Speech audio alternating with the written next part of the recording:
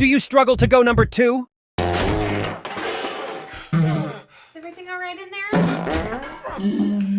Ever have that feeling that as a society we've been doing some of the simplest things, well, a bit backward? Imagine going to a bike store and being handed roller skates. Huh? Or signing up for a salsa class and ending up in a chicken dance circle. That's how our ancestors would probably look at our modern bathroom habits. You see, throughout the vast tapestry of human history, one thing has remained pretty consistent. No, not taxes. I'm talking about our need to, drop the kids off at the pool. And for thousands of years, we've been handling this business squatting, munching on fiber-filled diets that made these ventures swift and smooth. Picture it.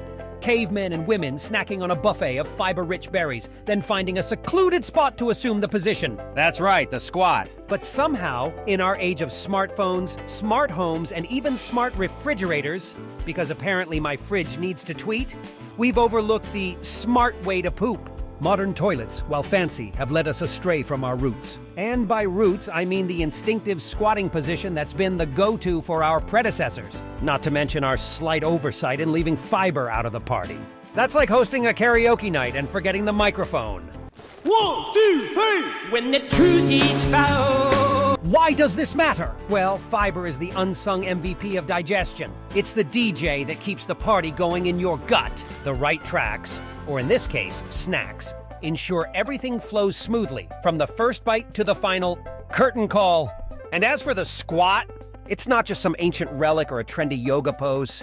In the world of optimal digestion, squatting is the equivalent of that perfect chair recline hitting just the right spot. So while our modern lifestyle has its perks, online shopping, anyone, there are some age-old truths we could stand or squat to revisit. So whether you're a seasoned squatter or a newbie to the world of fiber fandom, hang on to your seats or toilet lids. We're diving deep into the whirlwind world of digestion, unearthing the secrets of the squat and the unsung tales of the squatty potty. Trust me, it's going to be a moving experience. Specifically, the benefits of squatting while dropping a number 2. Now, I know what you're thinking. That's a really crappy topic. And to that, I say hold on to your toilet paper rolls because this is about to get interesting. Remember, folks, nothing is off limits in the pursuit of knowledge, and that includes your bathroom habits. The first question you might be asking is, why the heck should I squat when I poop? Well, I'm glad you asked. I'm glad you asked. For millennia, humans have been squatting to poop. It's a tale as old as time. Older than Beauty and the Beast, even. And there's a reason for it. Our bodies, specifically our colons, are actually designed to poop while squatting. And no, I'm not pulling this out of my, you know what? It's all about the puberectalis muscle. Now, that's a term that's as much fun to say as it is to spell. When you sit, this muscle chokes the rectum, making it difficult for waste to pass. But when you squat, it's like the parting of the Red Sea. Everything flows smoothly. But don't take my word for it. In 2003, a study published in the Digestive Diseases and Sciences journal found that subjects who squatted took an average of 51 seconds to do their business. Meanwhile, the sitters were hanging out for an average of 130 seconds. That's more than double the time. What? Can you imagine what you could do with those extra 79 seconds? That's enough time to read one of Kanye's Twitter rants, or to wonder why you even read it in the first place. So squatting saves you time. And as the saying goes, time is money. Let's roll up our sleeves, or maybe pants, and delve into the how-to of squatting for success. Because it's not just about getting low, it's about getting it right. So here's your step-by-step guide to make sure your data transfer is always smooth and swift. 1. Footing first.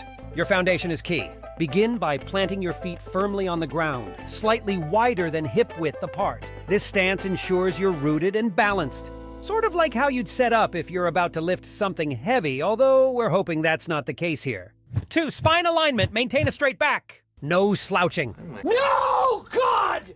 Think of your spine as the main highway. Keep it clear and without any traffic snags. Visualize a line of energy running from the base of your spine to the top of your head, ensuring the digestive tract is positioned for success.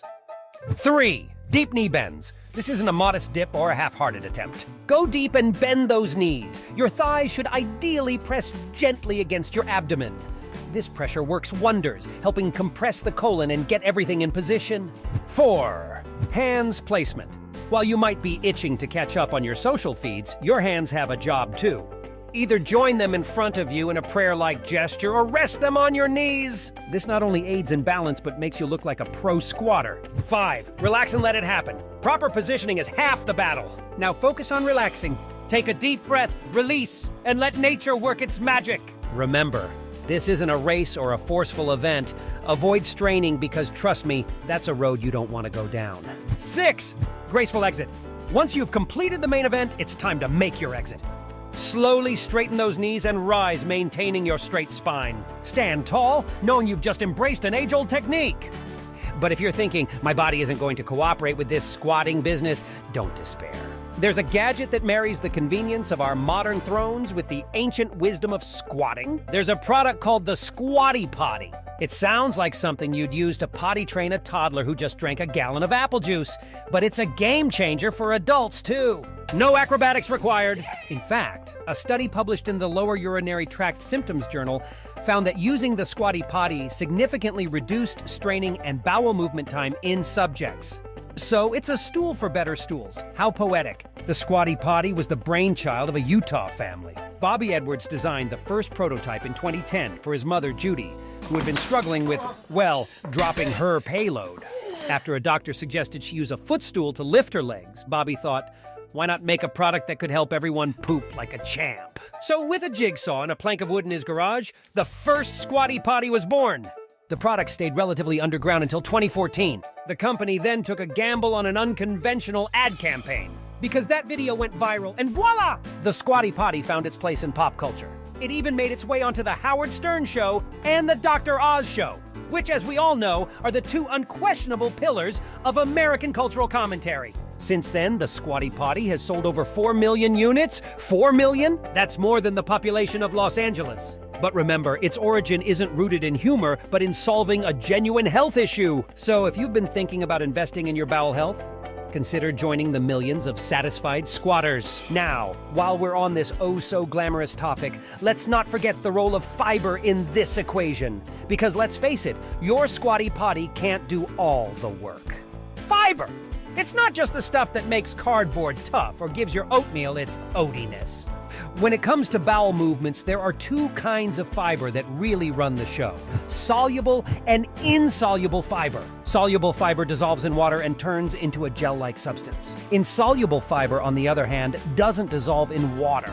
It adds bulk to your stool and acts like a little broom, sweeping your colon clean. Sounds like a good thing, right? But here's the catch. Most Americans don't get enough fiber in their diet. According to the Institute of Medicine, the average adult only gets about 15 grams of fiber per day. That's like trying to clean your house with a toothbrush. According to scientific studies, you should aim for 25 to 30 grams of fiber a day. Fruits, veggies, whole grains, beans, these are all your fiber friends. But remember, don't go from zero to hero overnight. Increasing your fiber intake too fast can lead to gas, bloating, and cramps. It's like running a marathon without training. Not a good idea. Ease into it, and remember to drink plenty of water. So while your Squatty Potty is preparing the landing strip for takeoff, make sure you're also fueling your body with enough fiber. Okay, party people, let's pivot for a moment from posture to plate.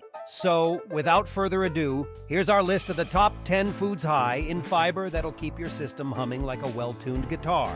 Number 1, beans! Whether it's black beans, kidney beans, or good old chickpeas, shout out to hummus lovers, beans pack a powerful fiber punch. A cup can provide almost half of your daily recommended fiber intake. Plus, they're versatile. Soup, salad, dips, beans have got your back. Number 2, berries. Blueberries, raspberries, strawberries, basically any small fruit that ends in berry is a fiber powerhouse. Not to mention, they're juicy, delicious, and the perfect topping for anything from cereals to desserts. Number 3, whole grains. Move over, white bread.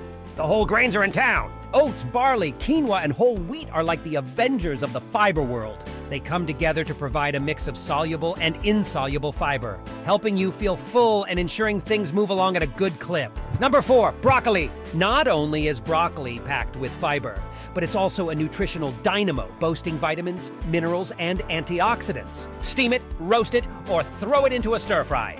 This mini-treat is a mighty addition to any meal. Number 5, popcorn. No, I'm not talking about the butter-drenched tubs you get at the movies. Plain, air-popped popcorn is a fantastic high-fiber, low-calorie snack. Just 3 cups can provide over 3 grams of fiber, making it the perfect munchie for movie nights. Number 6, avocado. Avocados are not just rich in healthy fats, they're also packed with fiber. Whether you're spreading it on toast, mixing it into a salad, or enjoying it solo with a sprinkle of salt, this creamy wonder is a delicious way to ramp up your fiber intake. Number 7, lentils. These little legumes are not only a great protein source, but they're also teeming with fiber.